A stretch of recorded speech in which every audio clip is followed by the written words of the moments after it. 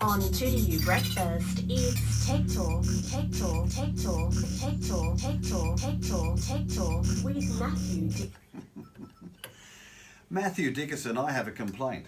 Certainly, hit me with it. Mind a complaint? Why are you turning my mate Steve Gower's power off when he's trying to clean your carpet in your shop? Hey? It's part of the automation we have in our shop. At 6 o'clock each night, certain things turn off, and he thought his cleaner was broken. There he was. He said, "What the bloody hell's here?" He's looking around, and so we have TVs and all sorts of things just turn off automatically. And he's looking around, he's going, "What's this?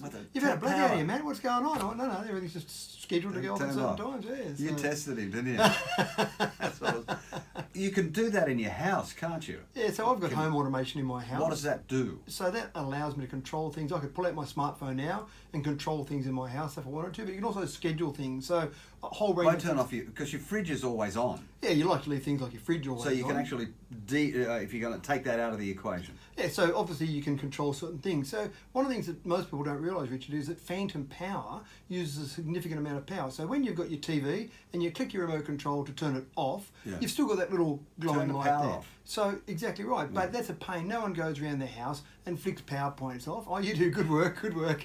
Most people don't go around their house flicking power points off, but you can set it up. So we've got a little button as we leave our house that's called the all lights button, and we've got another button that says the all power button. So I've just got that program. So if I hit the all power, how hard is it to install? Well, the problem is that when I built the house, I built it with home automation. From the ground up. From the ground up. Yeah. So there are items you can add on now. It's a bit of fiddling around. Don't think it's going to be a 5-second job just to do before breakfast on Saturday morning. Yeah. There's a bit of work. After you've had 3 or 4 wines at Saturday afternoon. Well, even better. That's when you try DIYs, isn't it? Yeah, that's exactly right. Duck up to Bunnings and go for it. So, I'll just build this thing now.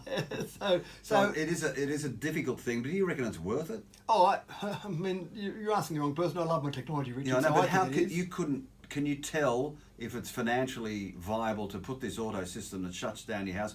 Because you'd have to have a comparison, which means you'd have to have another house next to it that didn't have it to see what power ratio you were using and what money you were using. You could do that, but also you can actually do the calculation. So I've done the calculation. So phantom power, for example, most devices, phantom power will cost you about $30 a year.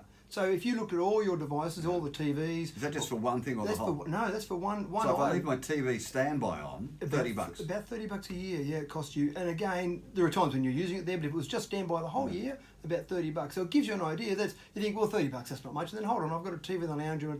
Hold on, that's $60. Yeah, but you're charging your smartphone too. Well, that's a separate one, but just those things that you don't really need to be on, but are on sitting there, just so you've got the convenience of clicking the remote and say that's turned on now, those can add up. So what you would do is if your television's loud, does that take more power than if it's soft? Infinitesimal.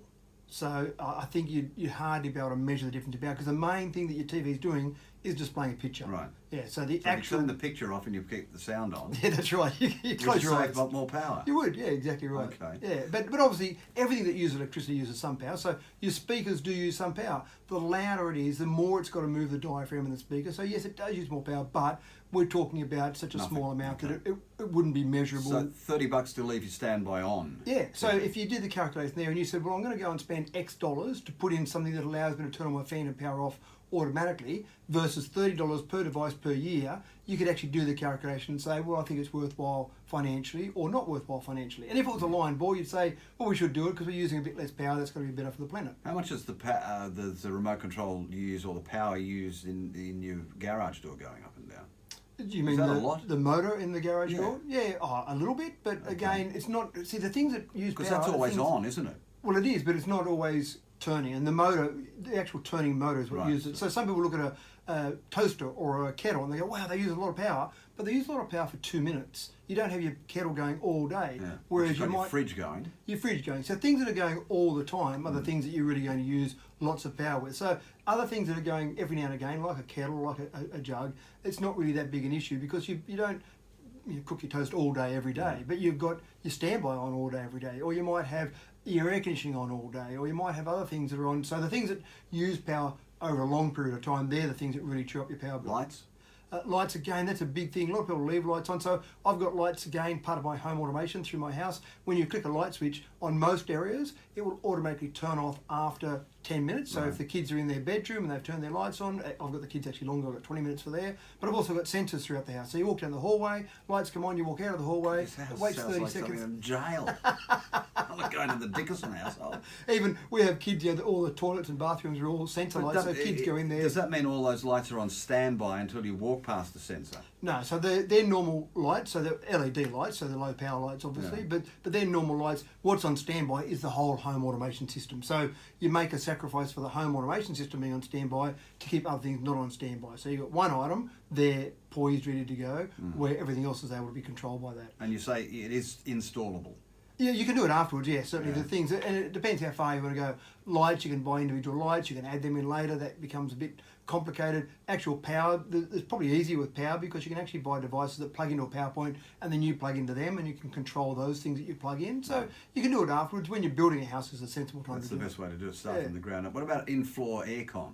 In-floor slab heating? Yeah. Yeah, so slab heating is an interesting one. Because you're using off-peak electricity, that can usually be quite reasonable in terms of its power consumption, and it's also a sensible way to heat, but you tend to use up a fair bit there because it's kind of on. So if you get a hot day, you get a seasonal hot day, then, oh gee, it's hot in the house at the moment, so you open a door to cool it down after you've heated it overnight.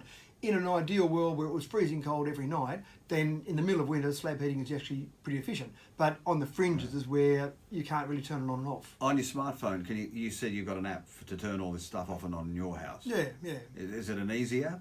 Yeah, it's very easy to control. I could pull out my phone and show you here, but not much good to your listeners. But basically you've got controls. I've got them all named. I control my sprinklers, and so when we had water restrictions on, I could just change my schedule on my phone, and that changes all my sprinklers in the garden, for example. So your water's coming on or not coming on, or if we're away and we realise it's a rainy day and we don't need sprinklers on, we'll just turn them off via our smartphone. Now, do you want to talk about drones? Because we're out of time. I'll talk about whatever you want to talk about, Yeah, Richard. there he goes. I know. All this fuzz comes out of his head when he talks. It's really amazing.